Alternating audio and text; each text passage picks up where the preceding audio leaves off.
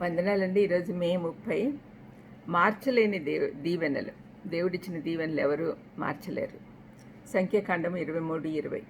ఇదిగో దీవించమని నాకు సెలవాయను, ఆయన దీవించెను, నేను దాన్ని మార్చలేను. ఈ మాటలు బాలాకుతో బిలామన్నాడు.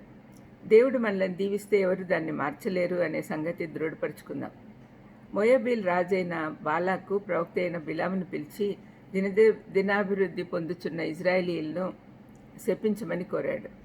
ప్రవక్తకు ధనాశ చూపించి శపించమని నిలబెట్టగా అతని నోటి నుండి ఆశీర్వాదాలు వచ్చాయి. అందుకే రాజుతో పై మాటలు చెప్పాడు. అబ్రహాం, ఇస్సాకు, యాకోబులతో వారి సంతానాన్ని ఆశీర్వదిస్తానని నిబంధన చేసుకున్న దేవుడు ఆ విధంగా ఆశీర్వదిస్తూనే ఉన్నాడు. ఈనాడు కూడా వారు తనను తృణీకరించి అవిధేయత చూపించినా కూడా వారిని ఆశీర్వదించడం మానలేదు. మనం కూడా విశ్వాసం ద్వారా అబ్రహాం సంతానమైనందున మనల్ని కూడా దీవిస్తాడు. అవి మారవు. ఆ దీవెన లేదో ఒకటి లిస్ట్ లాగా చూద్దాం. మొదటిది, ఏ యోగ్యత లేని మనకు తన కృపతో రక్షించి ఉచితంగా విమోచించాడు.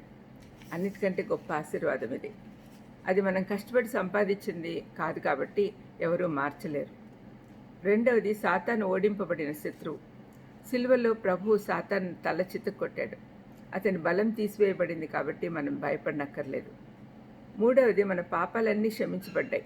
అపొస్తలుల కార్యం 10:43లో ఆయన యందు విశ్వాసముంచు వాడెవడో వాడు ఆయన నామం మూలంగా పాపక్షమాపణ పొందును అని వ్రాయబడి ఉంది. దేవుడు మనల్ని క్షమించి మర్చిపోతాడు. ఎప్పుడూ పాపం చేయలేదు అన్నట్టుగా చూస్తాడు.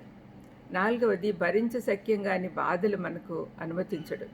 1 కొరింథీ 10:13లో మీరు సహించగలిగిన దానికంటే ఎక్కువగా మిమ్మల్ని శోధింపబడనీయడు అని ఉంది. క్రైస్తవ జీవితం పాఠశాల లాంటిది. శ్రమలు, పరీక్షలు ఉంటాయి. శ్రమలే పరీక్షలుగా ఉంటున్నాయి.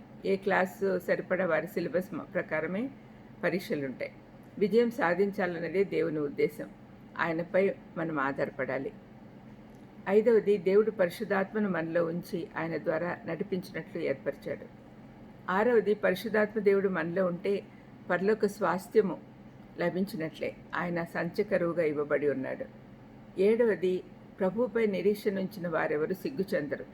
యెషయా 49:23 చివరి భాగంలో, నా కొరకు కనిపెట్టుకుని వారు అవమానం పొందరని నీవు తెలుసుకుందువు అని అన్నాడు. 8, దేవుడు మనకు తండ్రి. ఎంత గొప్ప విషయం కదండి. దేవుడు మనకు తండ్రి. యోహాను 1:12లో తనను అంగీకరించి వారందరూ కుమారులు అనబడుదురు అన్నాడు.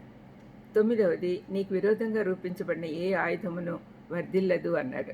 యెషయా 54:17. ఈ ఆశీర్వాదాలన్నీ పొంది వాటిని బట్టి ఆనందించాలి అంటే విశ్వాసంలో స్థిరంగా ఉండాలి. మనకు మొదటిగా రక్షణ నిశ్చయిత ఉండాలి.